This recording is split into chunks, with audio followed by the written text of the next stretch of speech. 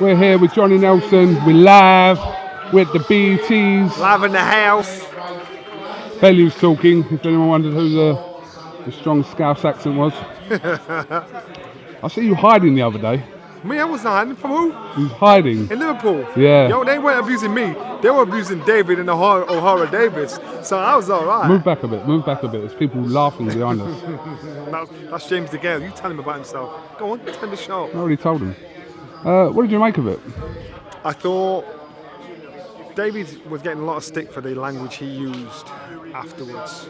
And I'm saying that's not fair. Because you say stuff when you're angry, when you're upset. We all do. It might not be politically correct, but you say stuff that wasn't that you think I shouldn't have said that. Now the stuff that was being said to him, was over the line. So he's thinking, no. This is a boxing match. Don't be talking about my family. Don't be talking about my son or my wife or my domestic situation. So I can understand David biting and getting mad at that. So both of them were wrong on both sides. So I understand all the situation. It was a hostile territory. I think O'Hara Davis and David Haye did very well to go up there and front it out like they did in Liverpool, because those Liverpool fans are they're passionate supporters and they really back the boy, and they did it right. They made it a doghouse for boys coming from out of town to Liverpool. Surely, going back to what you're saying, there's constant abuse. David's got the right to sort of give a little bit back. Yeah, that's what I'm saying. Yeah. So I've seen some in the newspaper, and people are saying he's bang out of order. Saying, no, listen. Any person that says they're hypocrites, because you don't tell me when you've been mad, you stand by every word you said. You've not said stuff you regret. That's what the majority of us do. And you say stuff, but some of the stuff that was being said to him, I think, well, I kind of get where you're coming from. I might not use those words. I might use different abusive words, but I do get where he was coming from. So if the people that read this were actually there to hear what was shouted to him, then they say, there's no justification, but I get him getting angry. I get him losing the plot a little bit. What about David saying that there was a racial element to the chanting? What do you think? There was. I heard. You heard? I heard. Okay. You're the first person who spoke to us heard anything. I was there and I didn't hear it. A lot of people didn't, but you've heard it, yeah. So you didn't hear anybody call O'Hara Davis a lucky man? I heard that, yeah. You know what that means? Yeah, I do know what that means. It's got a racial element to it. Yes, you could say that. All right, then. But I'm talking about, was there anything directed at Haye specifically, or was it that comment to O'Hara Davis you were talking about? No. There was various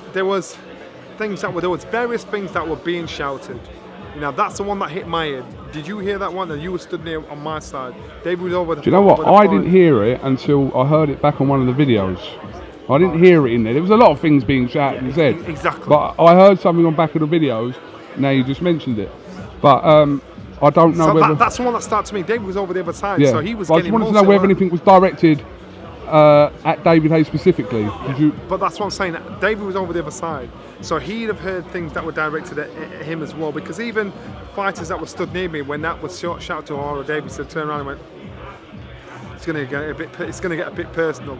To be expected. In our gym, we were told, wherever you box, get ready for that. Sticks and stones may break your bones, but you've got to be ready to deal with that sort of stuff. I don't disagree with David saying it never happened, because I heard one remark, and there was so many other things shouted to David the other side. So I get why he reacted the way he reacted. I do get that. I wouldn't have dealt with it that way, but I do get why he dealt with it that way. You would have just jumped in the crowd, started karate chopping everybody. No, I charm and disarm. Someone abuses and you start biting, they think I've got you and they'll abuse you even more. So you play the game. David going old school with some of the comments. Your mum. Yeah, but that's what I'm saying, and that's not funny though. Listen, when I cuss in patois. My wife says, "Where's that come from? You were born in Sheffield. You were born in Sheffield. Stuff just falls out of your mouth." So give me some cusses. No, I can't cuss on that. Come on, do it to me. Do it to me. Come on, I'll make you do it. I'll make you do it. Hey! I want blood. Oh no! Stop! We're not going there. But what I'm saying is, when you get upset and angry, you say certain things, and you act a certain way. So I'm just saying, I'm not justifying what David said. What I'm saying is, I'm justifying him getting upset and reacting and biting.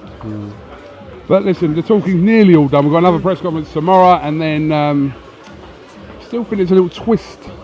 Oh, there will be. Little twist There before will be. Saturday. I don't know what it is. Might be a gloves issue on Saturday. There was a little twist Friday. today. The rumour of David being injured and the fight being off. I reckon David even said that rumour out because if you've trained all this You time, reckon? if you've trained all this time for a fight, and then all of a sudden you hear in your camp the fight's off.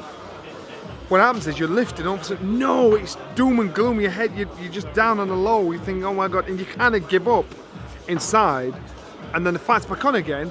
So it's a bit of a roller coaster. So David was happy to let people think that until about 6, 7 o'clock tonight. He's saying, I'm on my way down to show you my pulley shoulder, my pulley Achilles. He's playing the game. Where do you think it came from? Because you're smiling like you know something. I do know something, but See, I can't reveal that shit. I'm saying this. There's bragging rights at stake here. Right? There's More than bragging, that. There's bragging rights at stake here, and there's careers at stake here. I think if David loses, he's done. I think if Tony loses, he can fight again, but he'd probably choose to done because he's got a Hollywood career beckoning for him. I think injuries-wise, nobody's going to pull out of this fight through injuries because there's too much at stake, too much face at stake. It's gone too far. So when you're hearing all these things about injuries or whatsoever, I'm having it. I just ain't having it. We'll see. We'll see. Tony looks all right. Let's see what David looks like when he gets here. We'll see. Nice to see you shit yourself again and the gloves are off. I didn't shit myself. You didn't even ask him for the handshake. You thought, oh, don't want to ask him, don't want to rock the boat. Yeah, but you know what? They did well, and like on Monday when the language was blue, that was what the gloves were off like. So we had to cut a lot of it out because these boys, it got to a point where I thought, no, this is only going to go one way here, and that's why we cut it out because this thing it went one way where you thought this is going to get heavy. This is.